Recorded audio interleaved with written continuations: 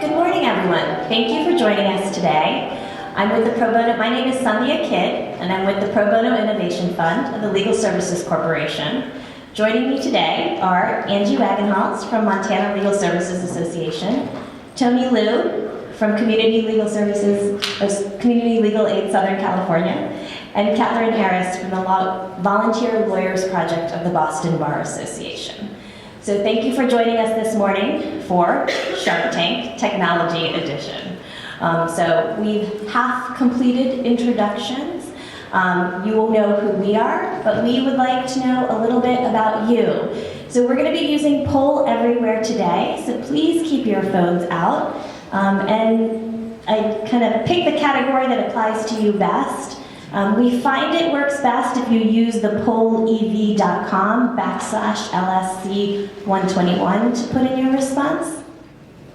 Okay, so suffice it to say we have a little bit of a mix of LSC-funded organization and from other organizations like law schools and legal service organizations. So thank you again for joining us. Now, before we get to kind of the main event of this presentation, I did want to give you just a little bit of background on the Pro Bono Innovation Fund. So, Legal Services Corporation established the Pro Bono Innovation Fund to support new pro bono initiatives, collaborations, and partnerships with the goal of engaging more lawyers and other professions in pro bono service to address gaps in legal services and to address persistent challenges in pro bono. The Pro Bono Innovation Fund was established in 2014. And as you can see from just basic information about us, since 2014 we have invested $23.5 million in pro bono programs across the country. They represent, we have grantees that represent 33 states, including the District of Columbia, and that's a total of 83 grants since 2014. You'll see we have 3 different categories of funding in our fund. It's the project grant, which focuses on new innovative approaches, and then the sustainability grant, which is only available for current Pro Bono Innovation Fund grantees, and they're really focused on projects that can serve as models of high-quality pro bono for the rest of the country and the rest of other pro bono programs. And then finally, our transformation grant, which focuses on really serious, comprehensive efforts by an organization to revitalize or turn around their pro bono programs.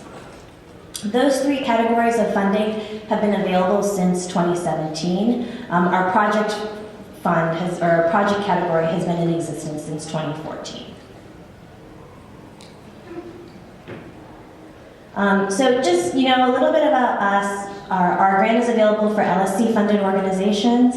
And just to give you, for this year, for the 2020 grant cycle, we have a 2-step application process. The first step is an LOI, a letter of intent, which is basically a concept paper. It's about 5 pages long.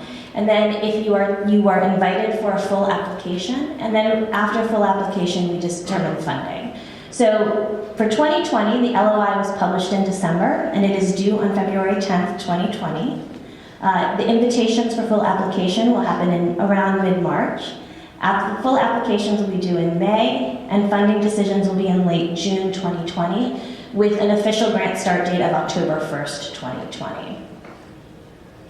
So this is actually kind of the first paragraph of our 2020 LOI.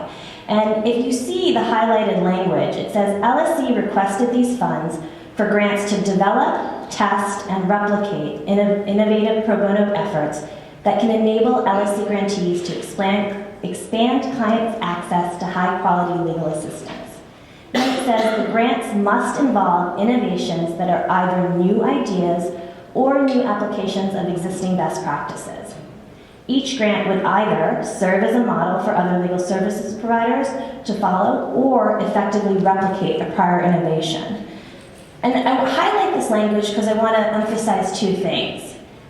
A lot of times people think because we have innovation in our name, you have to come up with something new and exciting that has never ever been done before. And that is not the case. We define innovation as something that is new or is a replication of an existing practice. It's new for you. It is new to your organization. It is new to the way that you do pro bono. So don't shy away from saying, hey, someone else did this and we want to do it, can you fund us? Because we consider that innovation in its own way. The other thing I want to underline is that there's a theme that comes up with this, and that is replication and replicability. That is a major concept for the Pro Bono Innovation Fund. We are interested in funding projects that are replicable and that are replications of current and high-quality, excellent pro bono. And while our LOI speaks about replication and replicability on a project level, we've learned that those concepts are also important on a more foundational level. Breaking projects down into pieces or practices that make them successful projects can make replication and replicability manageable for everyone. So it may not be accessible for you to replicate an entire clinic in a law school or a clinic in an elementary school because you don't have an elementary school near you or there isn't a need. But it may be accessible for you to take the concept of replicating a clinic in somewhere where clients are, right? So it's not just about replicating an entire project, it's about replicating pieces of projects that make them successful. And that is why we are here today. This session is focused on that practice level. Our presenters, or our innovators, have all developed solutions to pro bono administration challenges that they think you should replicate. So, I want to start with asking all of you, what makes a practice replicable? Okay, so I see some big concepts here. We have simplicity, and just so you all know, the words get bigger the more people use that word. So those are the kind of, the big things that we have here are ease, simplicity, effective, cost, and then we see kind of responsiveness, design, functional. So I see this as a map, right, of what all of you think makes a practice replicable, and it also clearly qualifies you all as experts in determining what is replicable, which is good, because we are going to be asking you to put your expert hat on for what we are now going to do, which is the Shark Tank. So I don't know how many of you are familiar with the show Shark Tank. It's basically what it is people that are making business pitches to a panel of expert investors. And after the pitch, the expert investors will ask questions, challenge assumptions, and try to make a determination as to whether or not they want to invest in the business. So we're going to be asking you all to do the same thing here. You are our sharks. You are our experts in pro bono. And we have brought together 3 innovators from across the country. We have Angie Wagenhals, who's the Director of Pro Bono Program from Montana Legal Services Association.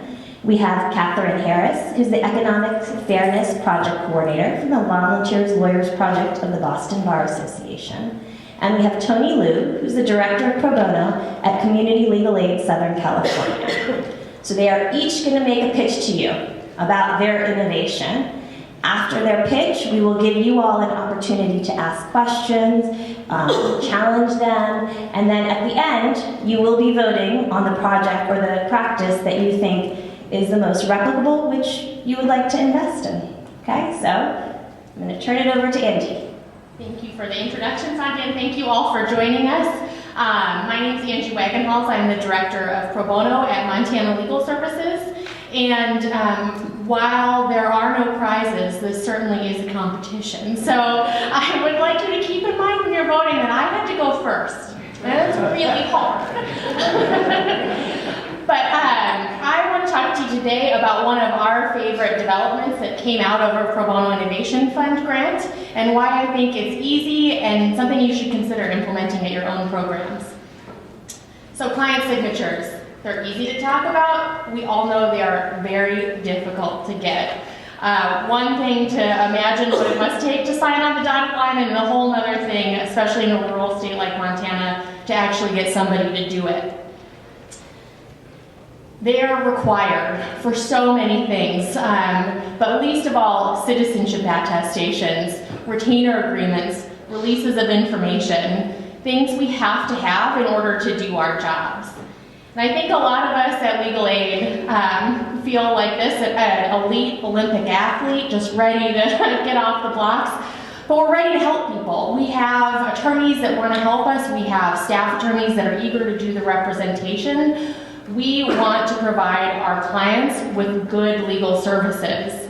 But when we add in those documents we just talked about, we can often end up feeling like this, right? We're waiting and waiting and waiting to get a client to sign a release of information so we can talk to a pro bono program, or so we can talk to the domestic violence shelter where they are. In Montana, I want to pitch to you that we have found a really good solution. We are a rural state. We're the only provider of civil legal services, so we try a lot of different technological experiments to see if we can make our jobs easier and our clients' lives easier. And I think this is a really good one that you can take to your own organization. Now, this is all developed in Legal Server, but I want to challenge you, if you don't use Legal Server, to think about the concepts and the processes that we're using here, and think about how you might be able to adopt those at your own agencies, even if you're working outside of Legal Server. So let's start first with the dreaded retainer agreement. For the purposes of this process, I'm going to talk to you about what this might look like in a case. But we have developed digital forms in Legal Server, and this is a feature that's available to Legal Server users. But these are essentially electronic forms, right, of essential documents that we need to proceed with the case, retainers, releases, and all kinds of things. We'll talk about citizenship attestations at the end, but we use them for all kinds of different purposes. What you can see from the drop-down menu is where you can choose all the different actions you needed to start the process. So let's imagine, if you will, a situation that never comes up in legal services. You have a client that has a hearing in a few days, and it turns out it's contested, and it turns out they forgot to tell you a few things that make it a case that you need to represent or need to refer out to a pro bono attorney. In Montana, that used to mean that we would put a release and a retainer in the mail, self-addressed stamped envelope, and just really hope they checked their mail that day and that they returned it right away. With this new process, what we would do is start by saying, okay, what do we need to get from them to start the process moving? We would add in, as you can see, a scope of service to the limited retainer agreement. The digital forms allow you to fill out whatever you need for the retainer agreement. I think this is good for a lot of reasons. It makes the process easy, but it also makes it so that you can send out new retainers as needed as the scope of service changes, and you can use it to quickly refer to a pro bono program. So you can see that's all editable, and the staff can sign and date it at the time that the form is sent out. So that part's already done. We can also then enter information into the release of information of who we want to release that information to, right? So perhaps it's the pro bono program, as in this case, but maybe you need multiple releases to talk to clinics, to talk to TV shelters, to talk to case managers. You can go in and enter as many as you need and then populate the form later. So now we're ready to send this out. This is just obviously screenshots of the process, but you can see from the contact method, you can send either email or a text message, and then you can see that from the drop-down menu, the full range of ways that we use this digital form, right? We're getting not just releases, retainers, and citizenship attestations. We're getting satisfaction surveys. We're sending out a request for documents that clients can then scan and upload documents to and send back to us. So we have used this a number of ways. The body of the email and the to from email address as well as the subject line are all editable. The only thing you cannot change is that external link in brackets. That's what houses that document. Again, this is super handy, and I never say just please see this form regarding your legal assistance. say, this is Angie, this is the form I told you I was going to be sending. If you have any questions, here's my contact information. And if they respond to this email, you're going to get an email, and it's all going to go into your case management system. So this is what it looks like. The top shot there is going out of our case management system. You can see the document title, when it was sent, and then you see columns for when they started it and when it was completed, and an expiration date for when we've told that document to expire, right? You don't want retainer agreements sitting out there for 3 years. Then below you can see what that looks like coming into your client's email inbox.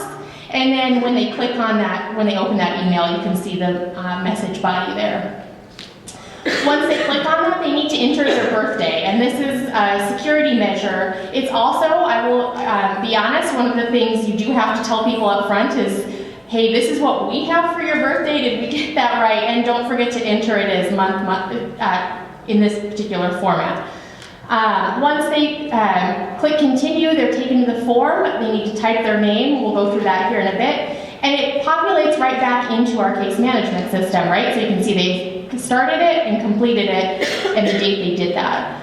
This, while it seems a little cumbersome, goes really fast. And a lot of our staff do this while they're on the phone with the client, right? I've got a retainer agreement I need to send you. Can you open up your email? Okay, great, you see that, put your birth date in. All right, I see it back in my case management system, we're good to go. That takes 2 or 3 minutes. Once they've completed the form, that lives in your case management system. So you can see the document, the date it was signed, and the terms that were included. That is super handy. No more scanning. For me, my scanner is on another floor from my office, so my exercise has gone down a little bit, but it's gotten quite a bit easier. All of this lives in your case management system. So what happens, I'm sorry, I didn't really think about, that's my dog Wilbur. If you want to text the same document out, this is what it looks like. There is one additional feature that if you're using text messaging in Legal Server, you may know about. You can schedule those texts to go out. So you can schedule these to go out at different times. Honestly, I usually send them right away, but I can see scenarios if you're running remote clinics where you may want to send forms as the process moves along. So again, you can edit the body of your message, although it is within the restrictions of text messages, so I think it's 140 characters. It's either that or Twitter, can't remember which 140 belongs to. This is what it looks like coming up on the client's screen. It does come from a local number, which is super helpful. I don't know if the rest of you are getting feedback from your clients, they're getting so many junk calls. They ignore everything, but this allows us to kind of alert them that it's us. Once they go in, again, they see the same general process, but it's all mobile friendly. And at the end, they're asked to just type their name. That's what we're counting as a digital signature. And thanks to LSC's letter, I believe 16-2, that allows us to use those e-signature rules on forms like this, and it's been incredibly helpful. Once they've completed the form, they have the copy as well. It stays on their phone or their computer, and again, this is importing right back into Legal Server. I think one of the biggest benefits is that this is all in your case management system. You don't have to rely on staff to remember to scan and upload things, just as much as you don't have to rely on clients to check their mail and return mail.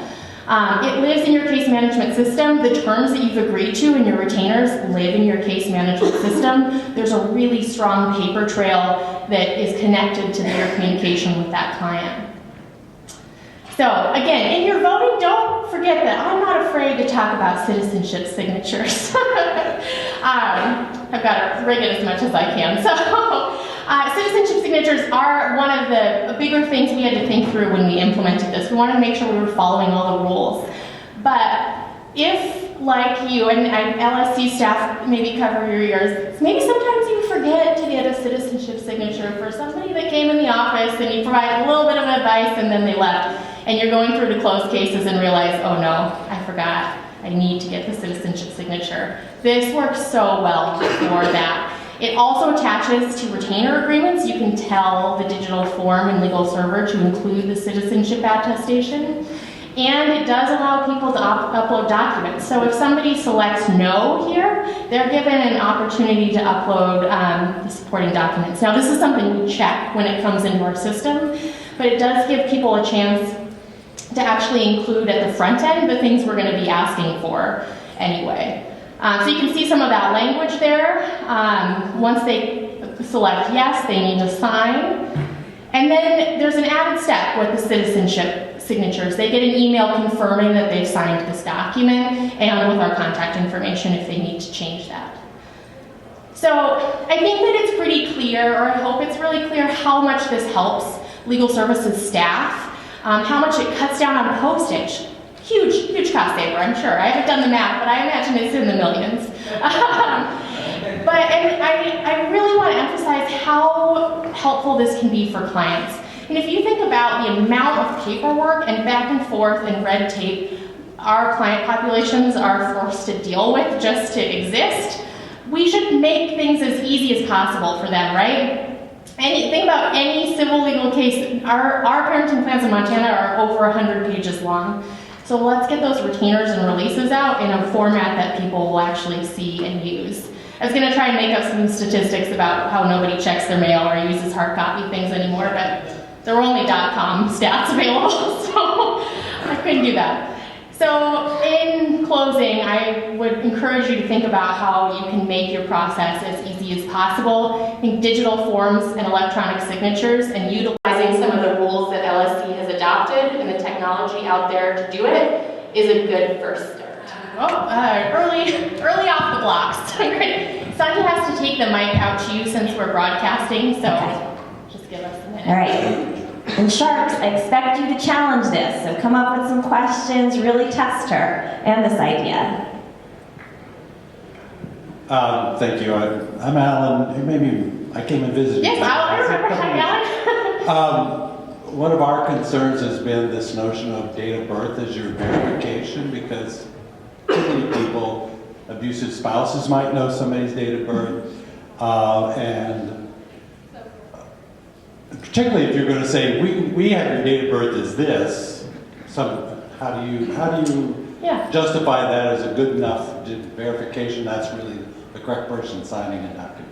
Sure. So I guess what I would say is you can never be 100% sure. I mean, are you ever sure if somebody applies for a parenting plan that they really wanted and it's not grandma that's saying, you know what, I would really love for you to have a parenting plan.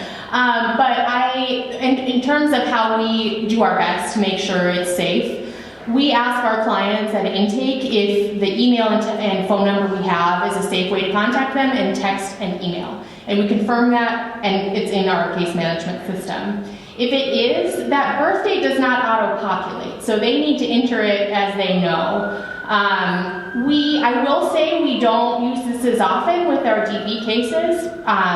We are actually meeting those clients in person and having them sign this a lot more often. But we're doing the best we can, right? We're making sure we have safe contact information, and we're not telling them what their birthday is. We're just telling them what form it is and confirming with them when we have them on the phone. Right. I don't know if you use this yet, but Legal Server does have a finger signature capability now. Yeah. So if you have a touchscreen device, people can actually sign it in a traditional sense. I'm gonna have a hot take on that. Why? When you can just type your name, I guess for us, a typed name is good enough. And then, yes, we did. Saying, if you want to go that way, you can. Yes, we did try and we didn't quite get there, so that's part of the other piece. Any question? Okay.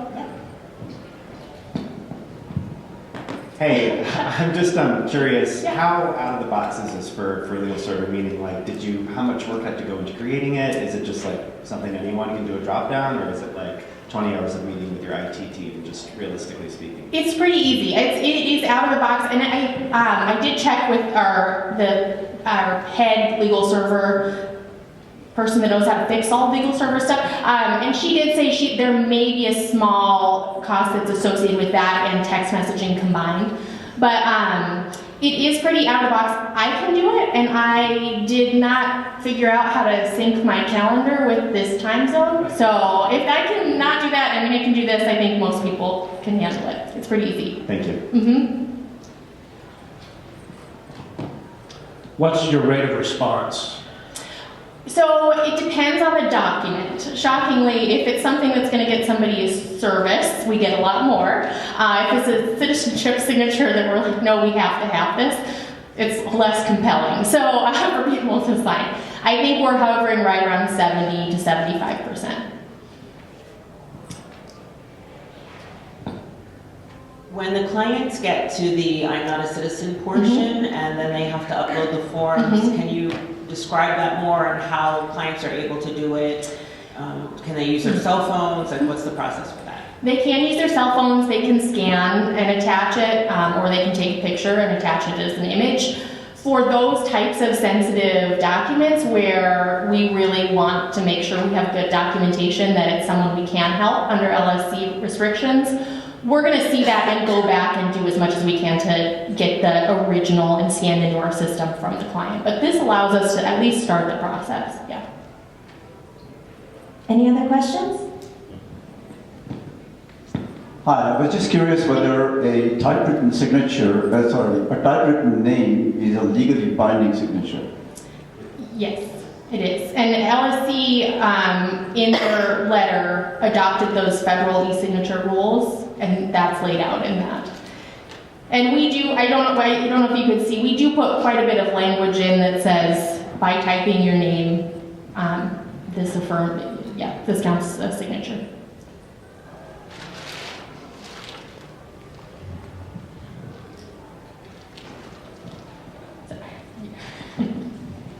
What, are you using this right now? Yes, we use it now. And what kind of feedback are you getting from the clients that use this?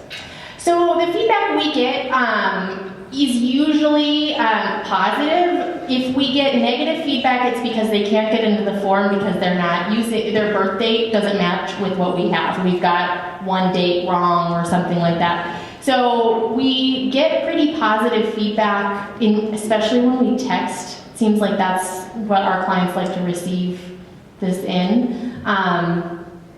So we haven't done surveys to ask whether clients like it or not, but we do seem to get them much quicker and without much problem. Do you intend to do a survey with the clients to find out? Since this is on live feed, I should probably not commit our staff that would have to do the survey to it, but I would assume we will. We usually do try and survey on new technologies a few years in to see how it's going, get some client feedback and fix things, but I don't know of any plans.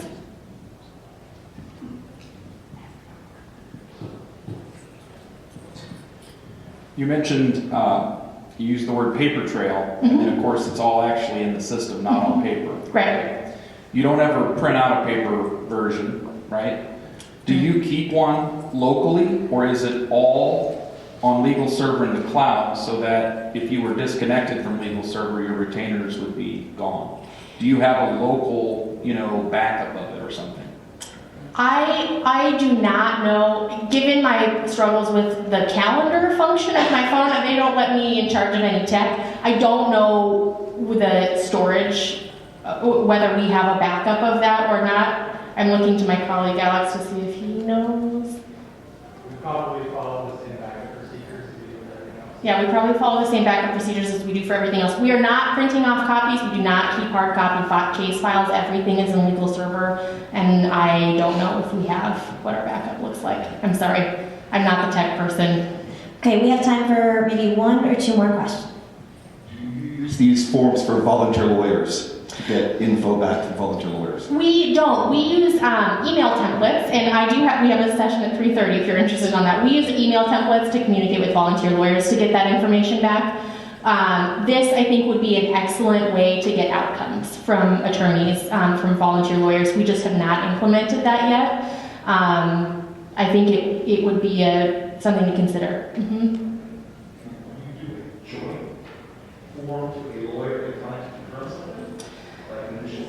So the question is, can you do a joint firm to the client and the lawyer to confirm something? I'm trying to think through what that would look like, and my guess would be yes, that you could set it up to send the same form to two different parties and require that they. The problem with the attorney is that if you require the birth date to get into the form, we haven't found a way to get, yeah. Although maybe we should start asking our attorneys their birthdays. Well, thank you for some great questions. I'm going to turn it over. All right, howdy y'all. I see several familiar faces from the PBIF meeting yesterday, but for all the new ones, my name's Catherine. I'm the project coordinator for our PBIF grant with the Volunteer Lawyers Project based out of Boston. And the other name that you see up on the screen there is our staff attorney, Tallulah Knope. She's my better half on this project, and she is going to be the one that you would want to ask any legal questions for. I'll be your girl for any administrative or procedural questions. And I have to admit, when we were asked to present on our paperless intake for this Shark Tank, I was pretty nervous because whenever I think about innovations in technology, my mind goes 20 years into the future and I start thinking about artificial intelligence and robotics. But then I kind of realized that for something to be innovative, it doesn't necessarily have to be big. In fact, sometimes something really simple like going paperless can be better. So our organization as a whole conducts Lawyer for the Day clinics in several different court sessions. We have units that do housing, family law and guardianship, bankruptcy, but for the purposes of our PBIF grant, we're going to focus specifically on our consumer and our wage and hour programming. For our consumer unit, we are currently based out of 5 different court sessions throughout the Boston area. We're thinking about adding another one. And then for wage theft, we have a monthly clinic that meets at the evenings at Suffolk Law School. And the little rolly bag that you see on our screen there is basically our mobile office. We carry everything that you would need to handle a case from start to finish for that day. So I have sample pleadings, notices of appearance. We have drafts of answers and discovery requests that we can complete with clients that day. But we also take public transportation to all of our clinics, and I'm the one carrying this bag around. I'm not particularly strong, so I try to make it as least cumbersome as possible, so that means limiting the amount of stuff that I'm having to carry. Fortunately, opposing counsel won't let me airdrop demand letters to them yet, and the courts will let me email them our notices of appearance. So we haven't gone completely paperless. Maybe the courts will catch up in another 20 years.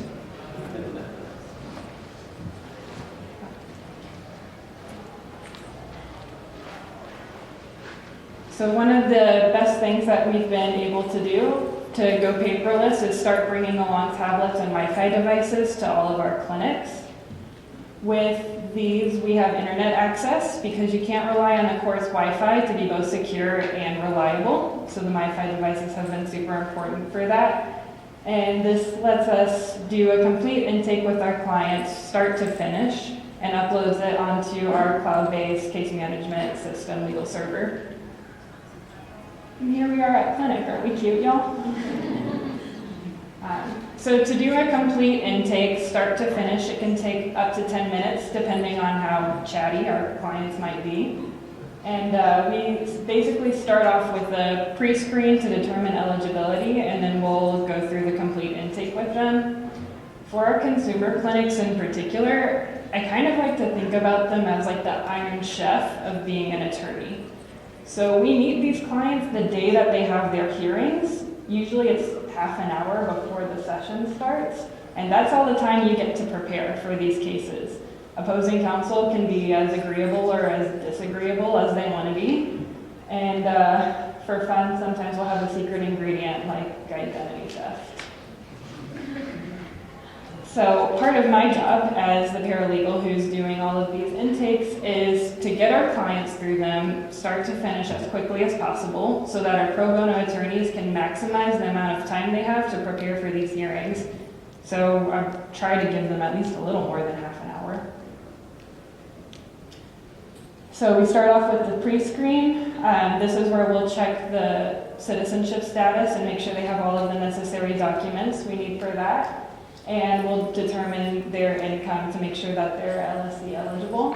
For those that aren't, we can refer them to the private bar in case there happen to be attorneys willing to work with them that day. Otherwise, we begin the full intake. So again, this can take up to 10 minutes. And then with the tablets, we're able to get the signatures that we need on the documents. They can sign right on our tablets, and then we upload them onto Legal Server. Prior to going paperless, this is what our intakes looked like. It was 3 sheets of paper. It took the exact same amount of time for us to complete them. The hard part came when we had to go back to the office and upload data entry, all of the information that we got on these paper intakes to our case management system, Legal Server. And that takes a whole another 10 minutes to complete. And I can assure you that's another 10 minutes that I would much rather spend supporting our staff attorneys or interacting with our clients. So why does going paperless matter? The biggest incentive for me is how much time and resources it saves for us. So there's no more duplicative data entry because we already have everything directly uploaded on the Legal Server. I don't have to waste my time scanning and uploading documents. The time saved for this, the 4,500 minutes that I would be spending uploading the 450 intakes that we do on average every year is much better served. And that's assuming you pay your paralegal about $20 an hour, that's nearly $1,500 in labor costs. And this is just for our consumer and wage and hour units. We've got 4 other paralegals that have to go through the same process, and it saves their time as well. And then it saves on paper. I know we're all saving the planet now. But it also saves about 68 bucks in printing a year, assuming 5 cents a page, because 450 intakes a year is about 1,300 pieces of paper that we don't need to use. And finally, what does it cost? So we use a Microsoft Surface Pro as our tablet. Those run about $600 new, but tablets, as I'm sure you all know, come in a full range. You can get a Chromebook for $200 if that better suits your needs. And then we have a recurring monthly MiFi subscription of about $30 a month. So looking at our savings from the previous slide, this whole program of going paperless will pay for itself within a year. So that is all I have for y'all if we want to go on to questions. Just a quick kind of footnote on that. The Pro Bono Innovation Fund does pay for, when you're getting these projects started, will pay for both the Microsoft Pro and during the course of the grant, at least during the grant term, the monthly MiFi subscription. So these are things that can be covered in the cost of a project if you get a project grant. So, questions?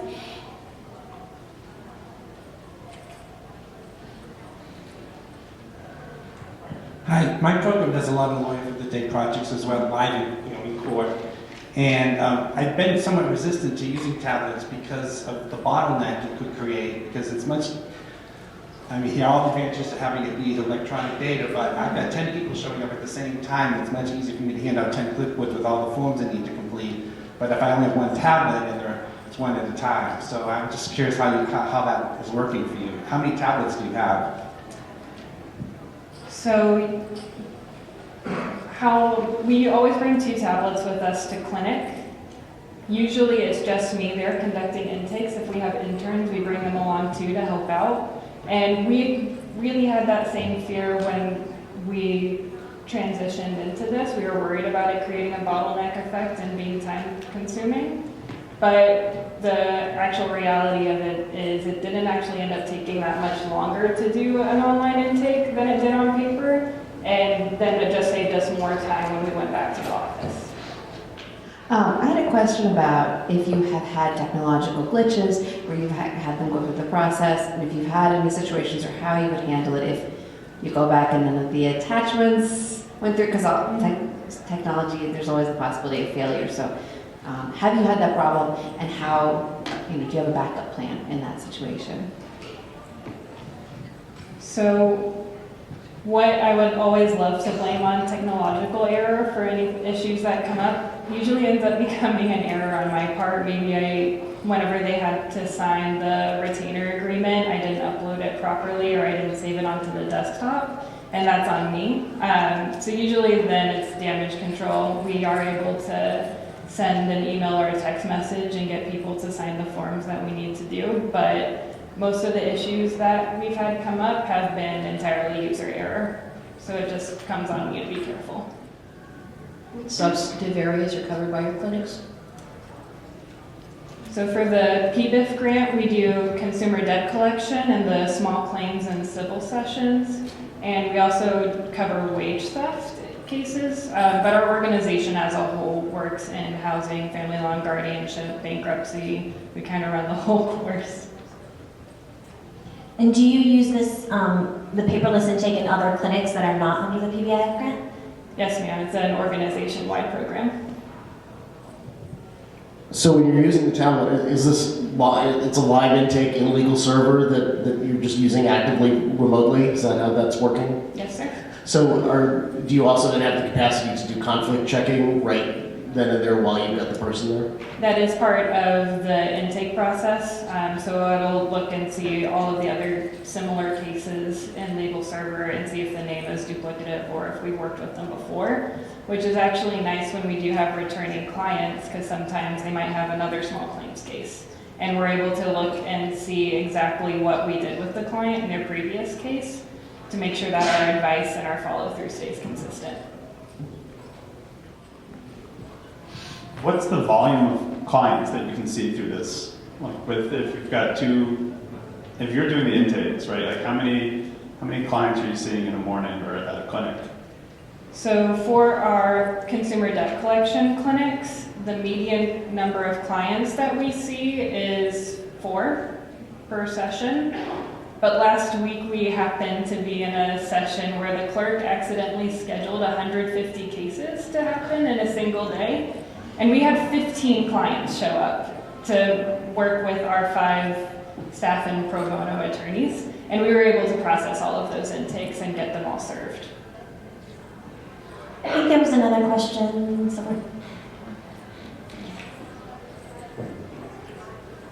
I just had questions about implementation. So I'm a funder in this space, and we see a lot of issues with both implementation internally, so kind of getting everybody on board, as well as maybe I hear about your process of any barriers that you saw and how you pivoted when you were implementing.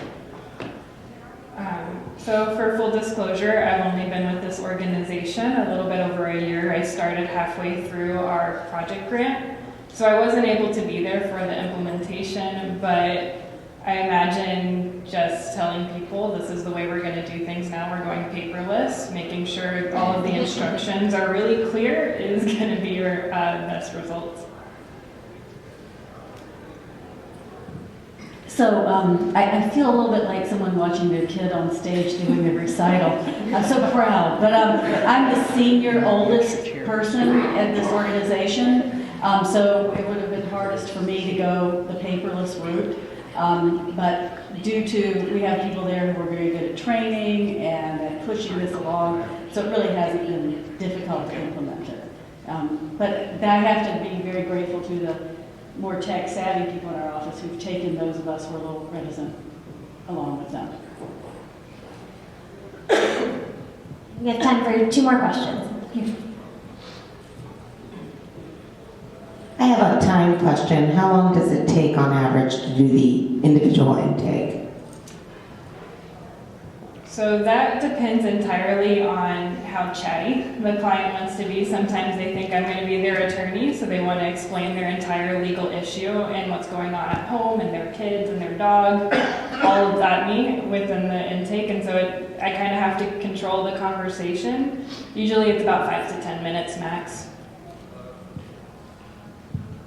I just wanted to add a suggestion on your equipment. Mm-hmm. For about $300, you can get a portable scanner. It will scan color and 2-sided. Clients bring in documents. It's a wonderful way to preserve those, make copies in the field. Noted, thank you. Okay, thank you very much.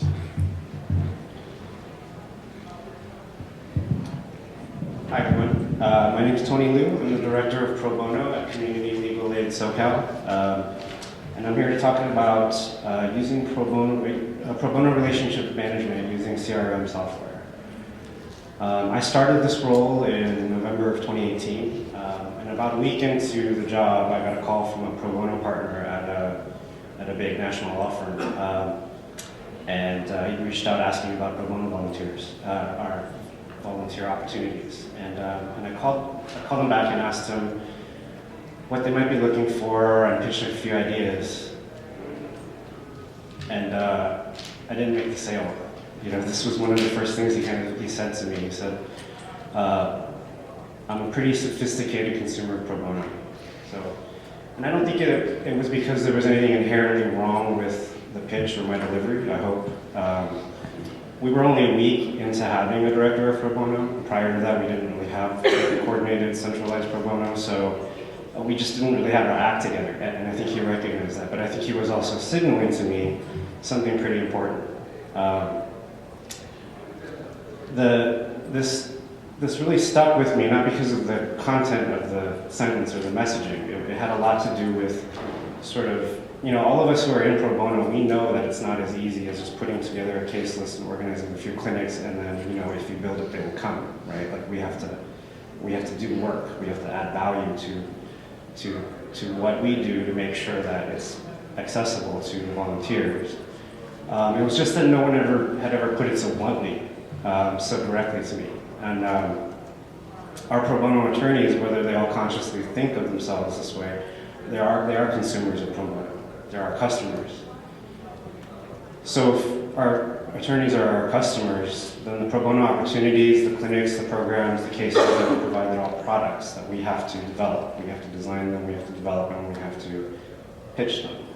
We design pro bono programs. We design clinics and workshops, a la carte pro bono for limited scope, attorney for the day programs like the one we just heard about.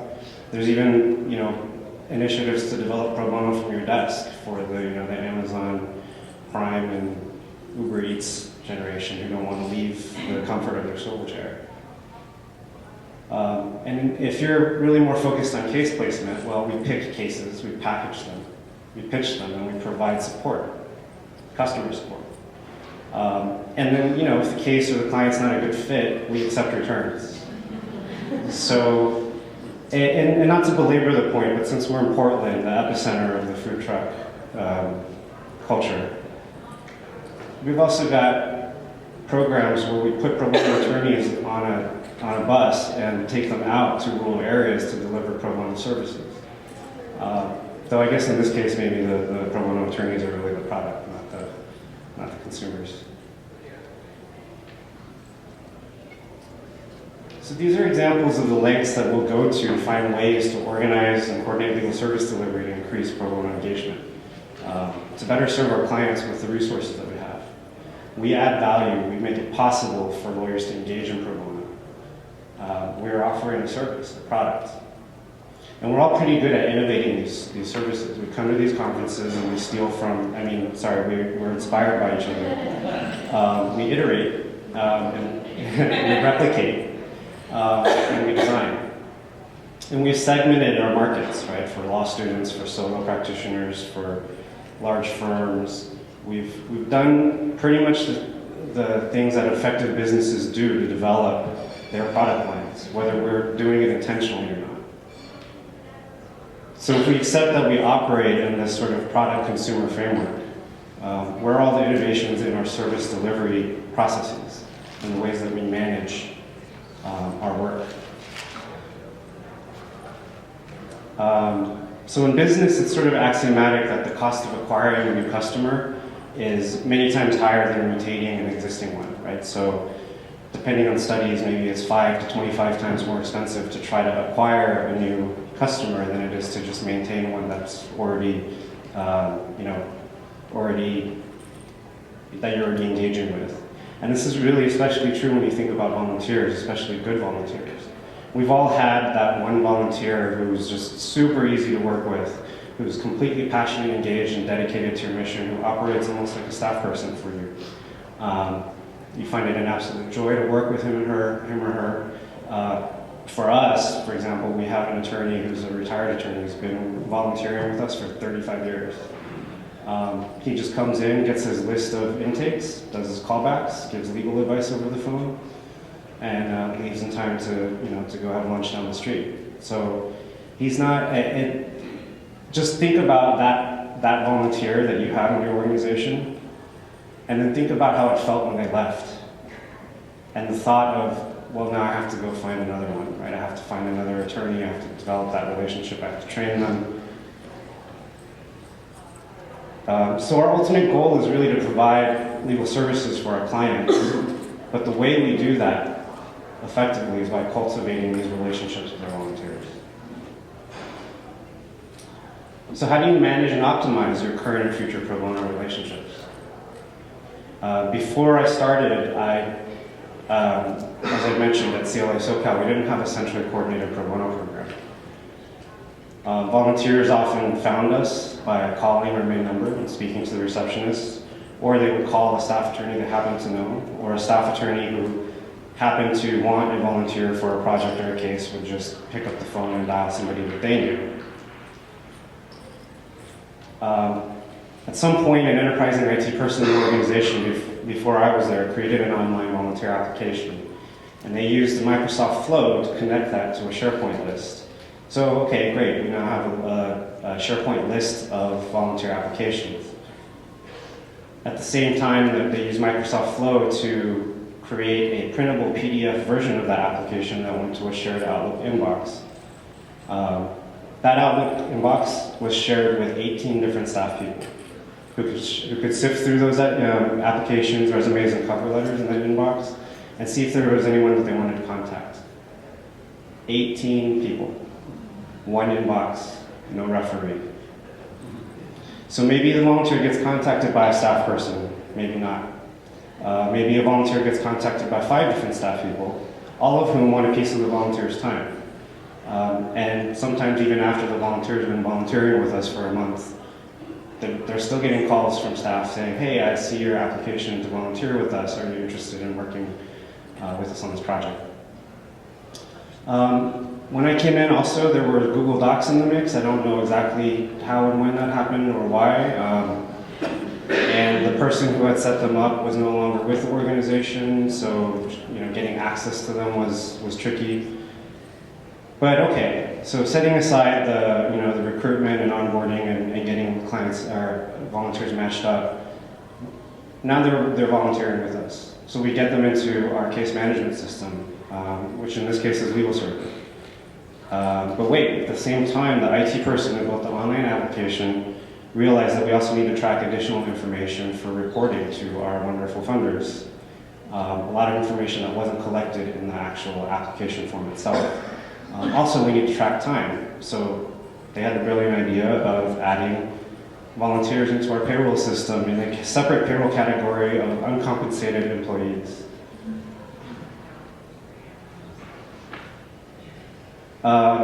So fine, okay, we've got the volunteers volunteering, they've done their work. What about keeping in touch with the volunteer when they're done? Or what about ongoing relationships with the firms? Well, that's all up to individual staff maintaining their own contact lists. Oh, also volunteer clinic attendance and worksheets. What about that? What about tracking volunteers who just show up at a drop-in workshop or clinic and don't actually come to the office to fill out onboarding paperwork or get the information about how to create a LegalServer account? Well, we've got paper files for that. We've got paper sign-up sheets, we've got paper time records, kept in files. And the cherry on top of this lovely pro bono management sundae, sometimes volunteers were using specific paper timesheets that were created in 1977. I was only a year old in 1977, and we have stacks of these. Stacks of completed ones, stacks of blank ones. They're still in our office. So that was my reaction, as kind of demonstrated by my daughter. So I ask you again, how do you manage and optimize your current and future pro bono relationships? That wasn't a system. That was just a hodgepodge of ways of collecting information and contacting people. We turned to CRM software. For those of you who don't know, CRM stands for Customer Relationship Management. And it's basically relational database software. It's not that different than case management software in terms of architecture. And it's designed to store and manage volunteer data, in this case. It organizes the volunteer information in ways that make sense to us. And it's really easy to enter information. For me to enter a record for a volunteer prospect who's calling me, basically all I need to enter is their name and if their employment, if their firm is already in our system, I can enter it then, and it will already create those linkages between those records, or I can just put in their name and it will create the record, and you can go back and backfill information later as I get it. So those connections are really easy to make, and then accessing the data in the system is super easy. Before we get into looking at how some of those connections look and are made, one of the main reasons we wanted to really look at this, instead of, for example, using LegalServer to track our volunteers, since we were already putting them in LegalServer, is that we want to track our relationship with our volunteers over time. For example, we have a lot of law student volunteers. University of California Irvine Law School is not too far from our office, and they have a pro bono requirement to graduate. And so those of us that create pro bono programs in the area, we get a lot of those students coming to us to volunteer during the school year and during the summer. Those students, eventually they're going to become associates, and then those associates become partners. And having a complete record of their history with us is a powerful tool to help us cultivate the lifelong relationship with those volunteers. And not only are we just tracking the fact that they have engagement with us, we can track the specific roles that they're playing over time across the entire volunteer life cycle, and also in the different roles that they're playing. So for one common question we get is, well, can't you do that in LegalServer?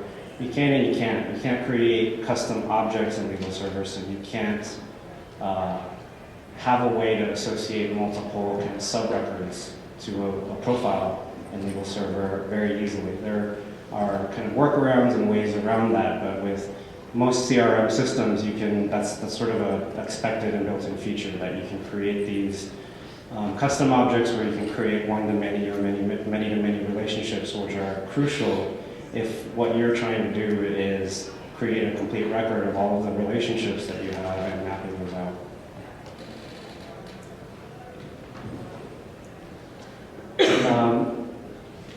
It's a little hard to see, but this is an example of the way these connections are kind of easily built. Along the left side there's the subtabs for a volunteer profile.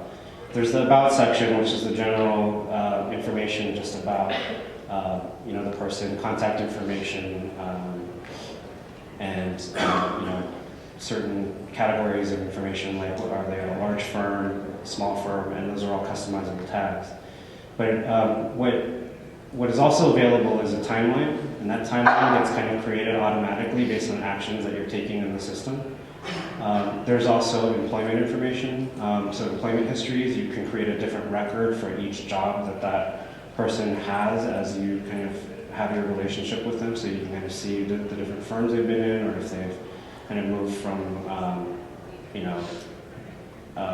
they're started at school and they're in a clerkship and they can move to a firm.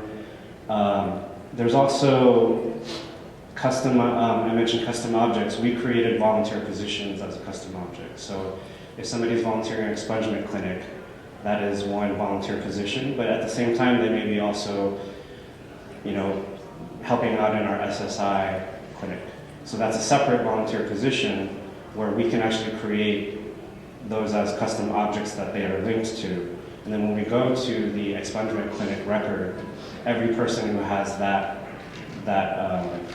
employment position in their record shows up there. So it creates those driving forces behind us choosing to do this, kind of is illustrated. We wanted to be in the same database that our donor development folks were in. And this is showing a timeline of this law firm.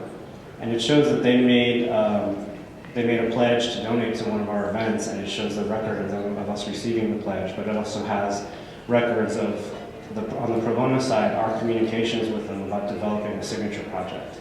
So from the donor side, they can look at this timeline before they make a call and say, oh, I see that you guys have been working on this project, that's great, you know, we really appreciate your interest and your support. And then from the volunteer side, we can easily, very quickly see, you know, the donations that a firm or an individual has made if we're reaching out to them to ask about case placement or ask about, you know, getting associates from their firm to come to one of our clinics. And, you know, not to belabor the point or state the obvious, but one of the main reasons to do this is to make sure that volunteers and donors are essentially the same group of people, as opposed to these silos. So in terms of what's next, we're exploring integration with case management software. It's something that is, it's there, and we just need to kind of apply our kind of efforts to thinking about how we're going to make that work. It may require some customization on the side of LegalServer, but definitely something that we're targeting because we still need to have these two silos, and it's better to have them talk to each other.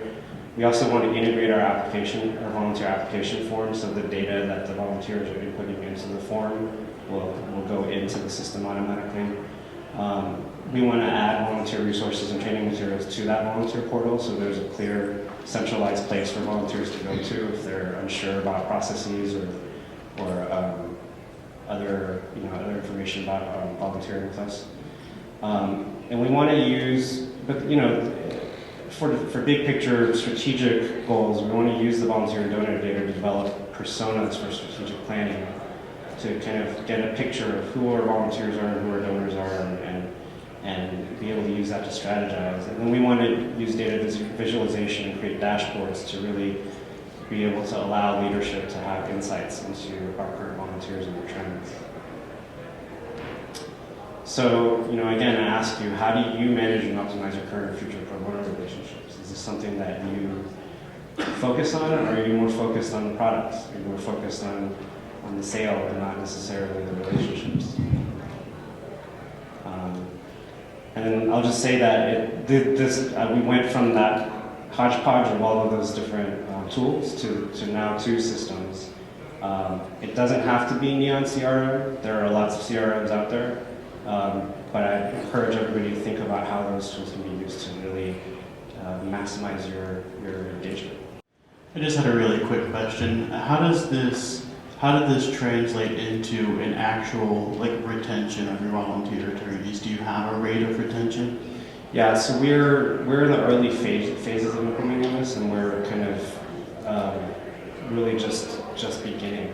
And so I think this next year will really be the test to kind of figure out how we're working these tools to make sure that not only are we just better at keeping data in one place, but using that data to do things like, you know, plan strategic communications campaigns. My pro bono coordinator, she wants to make sure that we're able to use this to track law students as they graduate and send them congratulations and things like that to really increase our sophistication with communications and engagement, but we don't have any hard data. So, 2-part question. How many staff in the office are using the CRM, and how many volunteers are you engaging with them on a regular basis? Yeah, so we have 2 pro bono staff, myself and a coordinator, and two development staff, the director and the grants manager, and then there's an associate that's sort of split between our 2 functions. The general program staff are not really engaged in the system other than to help with the timekeeping and the approval of time records, to just eyeball it, make sure that they look right, or enter the data. Sorry, the second part was? How many volunteers?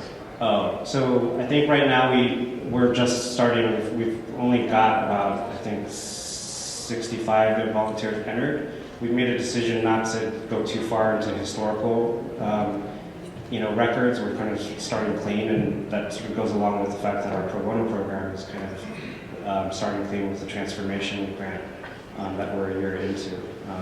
But, you know, we recognize that we're going to have to reach a critical mass before the benefits of being able to kind of see the data and the connections will really come to fruition. Okay, we have time for 2 more questions, and I know we're running close to our end, but please make sure you stay so you can vote. Just a quick question regarding calculation of the pro bono hours. Can you run reports if you enter the pro bono hours that they've done for certain projects through this? Yeah, so that's one of the most important features of CRMs is the powerful reports that you can create. This particular CRM, Neon, and I'm guessing like things like Razor's Edge are really more geared towards the donor development side, but they do have time tracking here and some and reports built for that. So right now you're using this CRM to manage the volunteers you have. Do you have in your vision, or are you using it as a marketing tool to recruit more volunteers? Well, we will definitely be using it to manage our marketing in terms of using it as a sort of part of our pitch. We would have to really think about whether that's appealing. I mean, I think there may be some volunteers that might like the idea that there's this volunteer portal where they can add their own timesheets and kind of see their own timesheets, and particularly for volunteers that have to report back to, say, like schools, their hours, that's certainly something that we would consider. But I think that goes to the segmented part, right? Like an attorney at a large firm may not care so much that we're using a CRM other than kind of experiencing the benefits of that in terms of more sort of targeted and personalized communications.